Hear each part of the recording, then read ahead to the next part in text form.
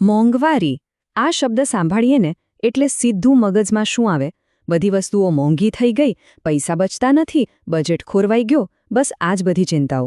પણ એક મિનિટ, શું ક્યારે વિચાર્યું છે કે આ ભાવ વધારો હંમેશા ખરાબ જ હોય કે પછી એની કોઈ બીજી એવી બાજુ પણ છે જે આપણે જોઈ નથી? તો ચાલો આ જ સવાલને જરા ખોલીને જોઈએ. શું એવું બની શકે કે ભાવ વધારો એટલે કે મોંઘવારી અર્થતંત્ર માટે સારી પણ હોય? હા, મને ખબર છે, આ સાંભળવામાં જ થોડું અજીબ લાગે છે, પણ હકીકત ઘણીવાર આપણે જેવું વિચારતા હોઈએ ને એના કરતાં કંઈક અલગ જ હોય છે. આપણા આજના વિશ્લેષણનો જે સ્ત્રોત છે ને એ ભાવ વધારાને સમજાવવા માટે એકદમ સરસ રૂપક વાપરે છે. એક બે ધારી તલવાર. વિચારી જુઓ, તલવારની એક ધાર જે વિકાસને પોષણ આપે, એને આગળ ધપાવે, પણ એ જ તલવારની બીજી ધાર એટલી જ ધારદાર વિકાસના રસ્તામાં એક મોટો અવરોધ પણ બની શકે છે.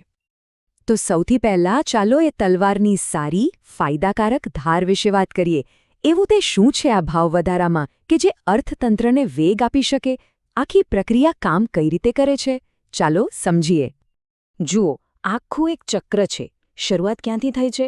જ્યારે વસ્તુઓના ભાવ ધીમે ધીમે અને સ્થિર રીતે વધે ત્યારે ઉત્પાદકોનો નફો વધે. બરાબર. હવે આ વધારાના નફાનું એ લોકો શું કરે? એ લોકો નવું રોકાણ કરે છે, નવા ઉદ્યોગો નાખે છે, અને જ્યારે નવા ઉદ્યોગો શરૂ થાય ત્યારે શું થાય? રોજગારી વધે છે, લોકોને નોકરીઓ મળે છે, અને એનાથી લોકોની આવક વધે છે, એમની ખરીદવાની શક્તિ વધે છે. તો જોયું, આ એક એવું પોઝિટિવ ચક્ર છે જે આખા અર્થતંત્રને ધમધમતું કરી દે છે.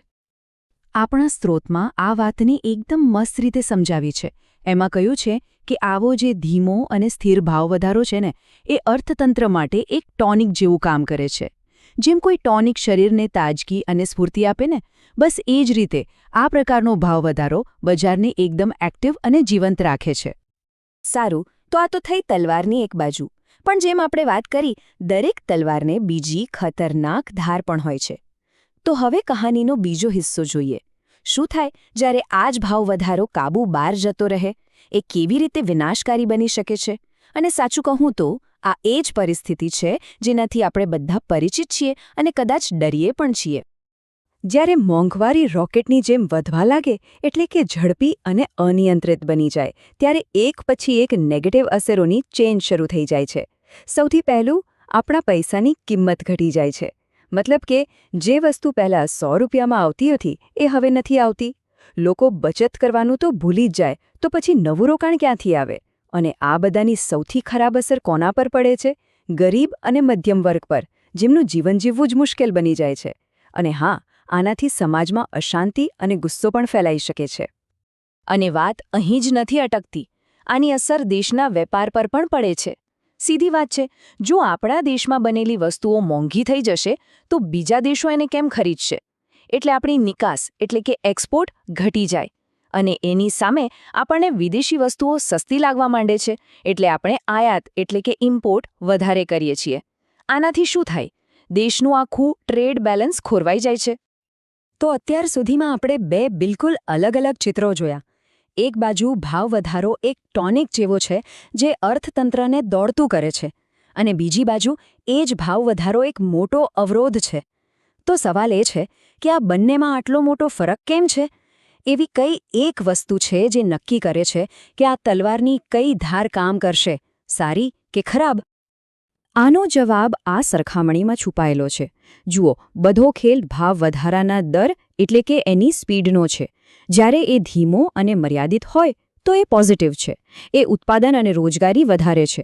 પણ જ્યારે એ જ ભાવ વધારો ફાસ્ટ અને બેકાબૂ બની જાય ત્યારે એ નેગેટિવ બની જાય છે. એ સામાન્ય માણસનું શોષણ કરે છે અને દેશમાં મૂડીરોકાણને ઘટાડી દે છે. તો આ આખી ચર્ચાનો નિચોડ શું છે? બસ આ એક વાક્ય: સ્થિરતા સાથેનો ભાવ વધારો. આ જ છે એ ચાવીરૂપ શબ્દ. યાદ રાખજો, ભાવ વધારો પોતે સારો કે ખરાબ નથી, અસલી ગેમ છે સ્થિરતાની. જો ભાવ વધારામાં સ્થિરતા હોય તો એ ફાયદાકારક છે, અને જો સ્થિરતા ન હોય તો એ નુકસાનકારક છે. બસ આટલી જ વાત છે. પણ આ આપણને એક બહુ મોટા અને મહત્વના સવાલ પાસે લાવીને ઊભા રાખી દે છે. જો સ્થિરતા જ બધું છે, તો પછી સવાલ એ થાય કે અર્થતંત્રમાં આ સ્થિરતા, આ બેલેન્સ જાળવી કોણ રાખે છે? અને એનાથી પણ મોટો સવાલ, એ આ કામ કરે છે કેવી રીતે? આ એક એવો સવાલ છે જેનો જવાબ શોધવા માટે વધુ ઊંડાણપૂર્વક વિચારવું પડે.